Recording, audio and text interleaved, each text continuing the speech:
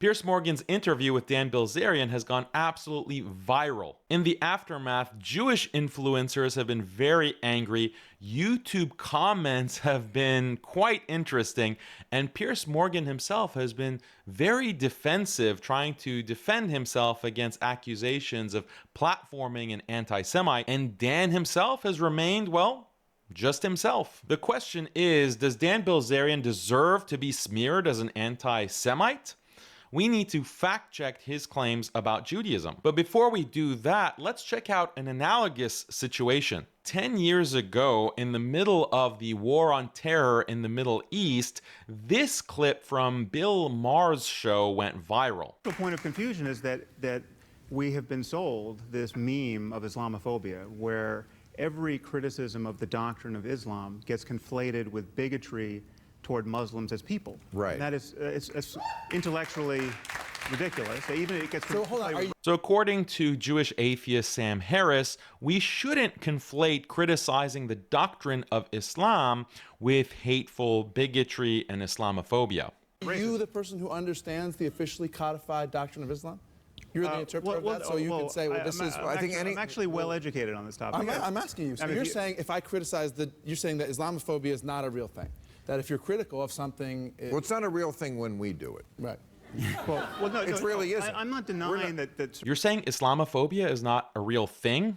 Bigotry against Muslims is not a real thing? And Bill Maher, who is also a Jewish atheist and a hardcore Zionist, says, no, it's not, at least when we do it. And the audience laughs because they think it's a joke, but Bill Maher is being very serious. People are bigoted against Muslims as people, and that's a problem. Big of you. But why are you so hostile about this concept? It's gross. It's racist. It's not. But it's so nuts. It's like saying those stateless, shifty Jew. You're not listening to what we are. So Ben Affleck immediately picks up on the double standard. If you want to criticize Muslims, would you be okay with criticism of Jews? Ben, we have to be able to criticize bad ideas. And of course we do. No liberal doesn't want to criticize bad ideas. But Islam at this moment is the motherlode of bad ideas. Jesus. So we have That's ideas just a fact. like blasphemy. Harris says we have to be allowed to criticize bad ideas, and Islam is the motherlode of bad ideas. This same claim was made by another Jewish atheist and hardcore Zionist, Christopher Hitchens. This is very urgent business, ladies and gentlemen, I beseech you. Resist it while you still can, and before the right to complain is taken away from you, which will be the next thing. You will be told you can't complain because you're Islamophobic.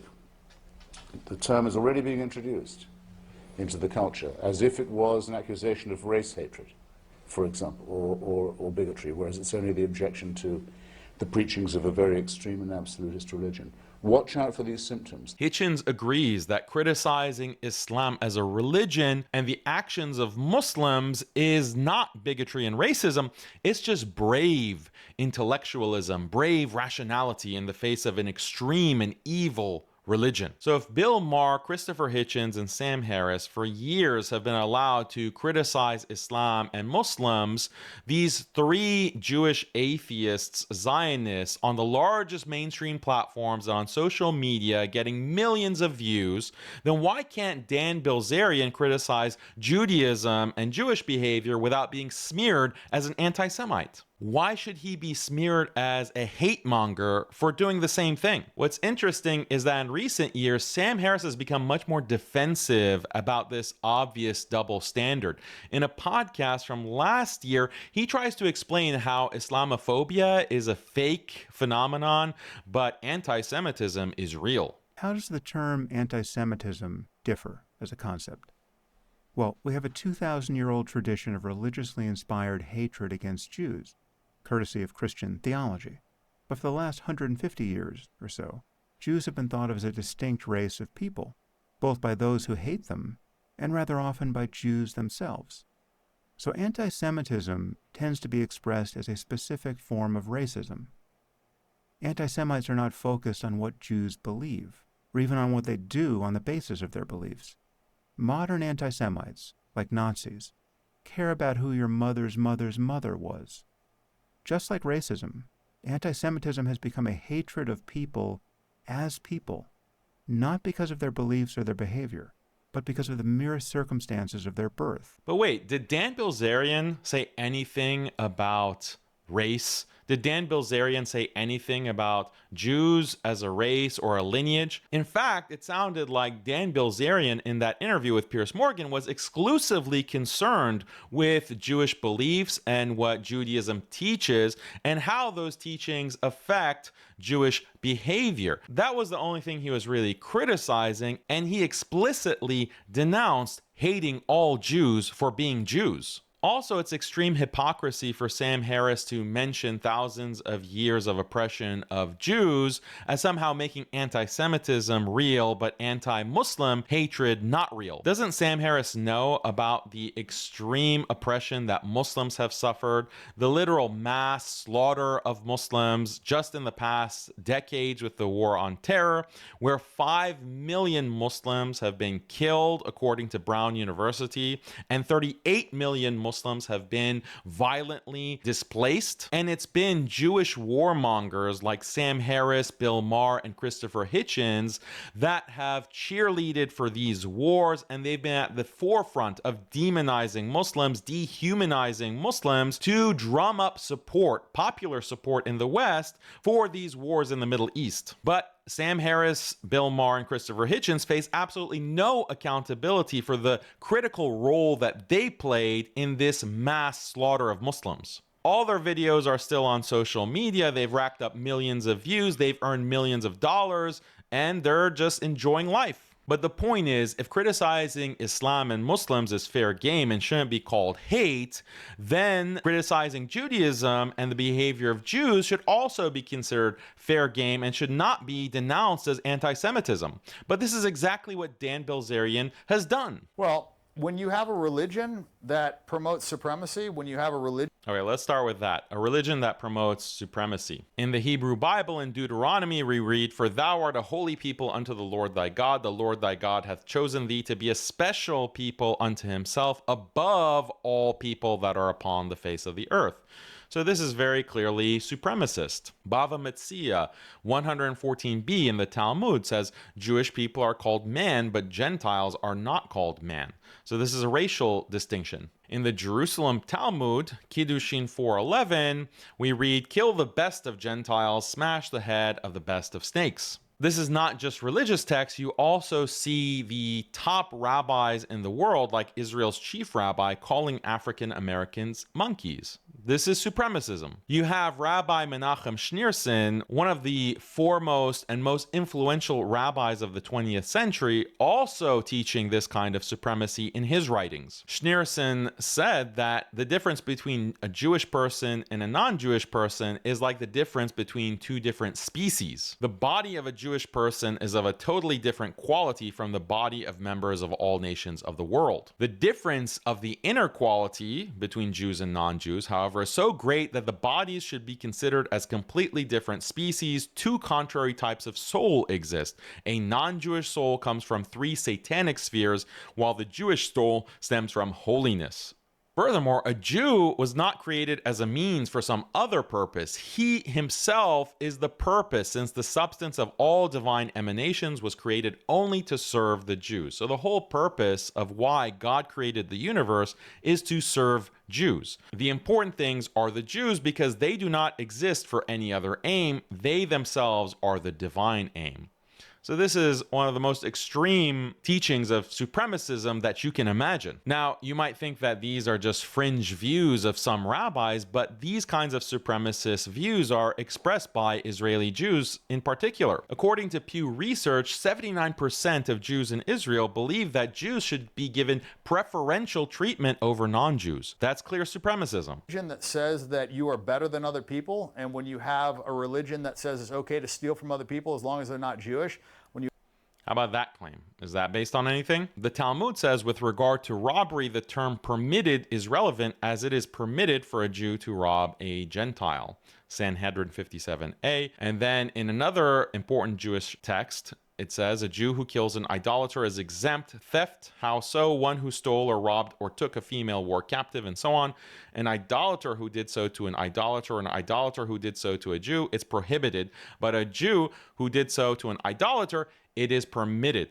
So several Jewish texts advocate that it's permissible for Jews to steal from non-Jews. It's also permissible, according to the Talmud, for Jews to withhold wages from non-Jewish employees. It is permissible for Jews not to pay back non-Jews for loans. And it's permissible, according to the Talmud, to mistreat non-Jews in a court of law to unfairly bias Jews. And again, we see this reflected in the behavior of Israeli Jews who are actively involved in stealing Palestinian land through illegal settlements that have been condemned by the UN for decades. The International Court of Justice has condemned this as clear theft. And there have been so many viral videos showing Jewish settlers literally taking over the homes of Palestinians and kicking the Palestinians out of those homes in the most violent and degrading, dehumanizing ways. You have a religion that says it's okay to rape people that aren't Jewish, when you have a religion that talks about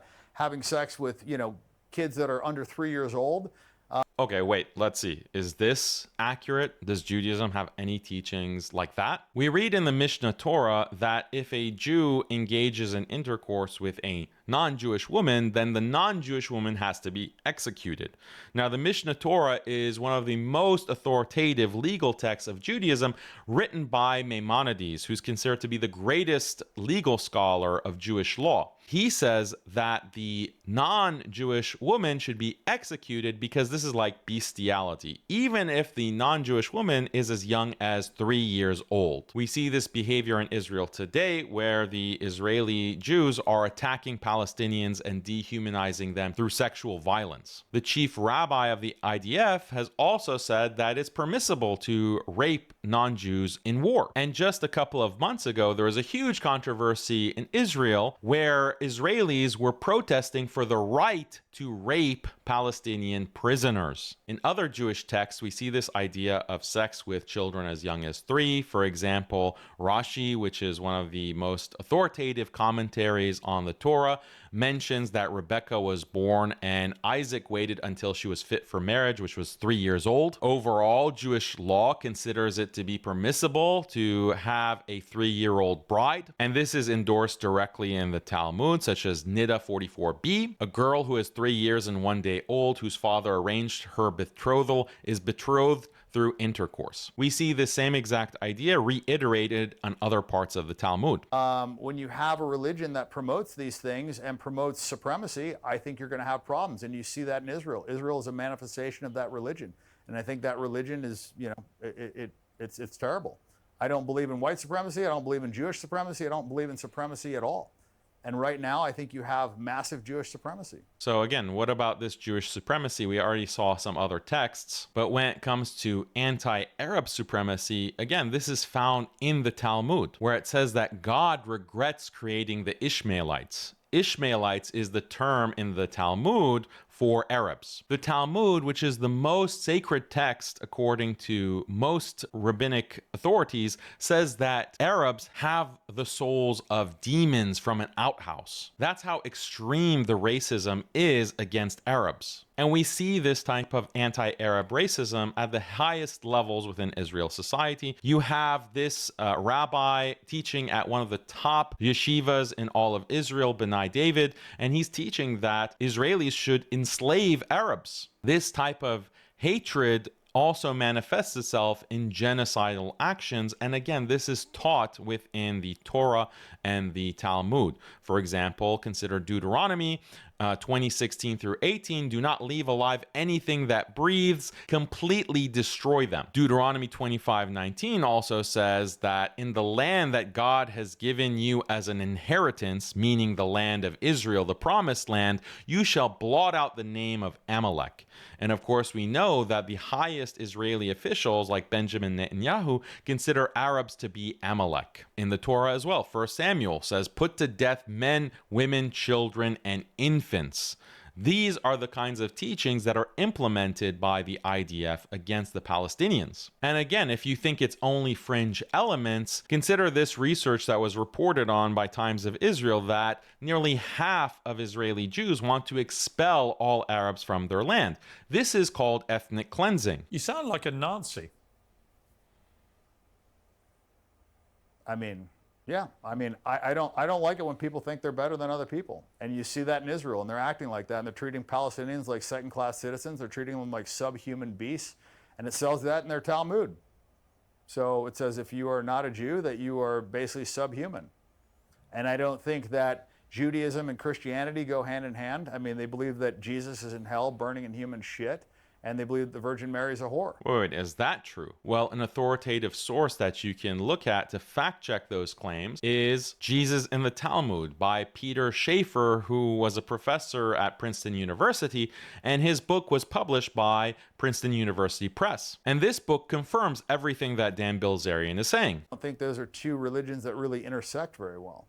But, you know, we've been programmed that they do, and we've been programmed that it's okay and that Jews are the chosen people, and I just disagree with that. So do you think Dan Bilzerian is an anti-Semite for calling out these teachings and criticizing Jews who believe in these teachings?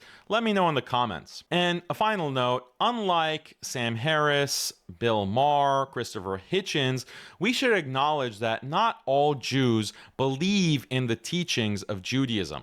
And unlike how they have dehumanized and demonized Muslims for years, for decades, and have directly contributed to the mass killing of Muslims, we here should take the high road and criticize the teachings of Judaism without smearing or dehumanizing or demonizing all Jews, because it's very clear that not all Jews accept these types of teachings. And I think we should be clear about that. I think Dan Bilzerian was clear about that. This is something important for all of us to keep in mind. And my challenge is still out there. I challenge Piers Morgan to have me on to debate a Jewish scholar or rabbi on the teachings of Judaism versus the teachings of Islam. This was a great opportunity to show that you don't have a double standard, Piers Morgan, and that you're even-handed in the treatment of all religions and all religious adherents. Please consider it. Islam at this moment is the motherlode of bad ideas. Jesus. So we have That's ideas just a fact. like blasphemy.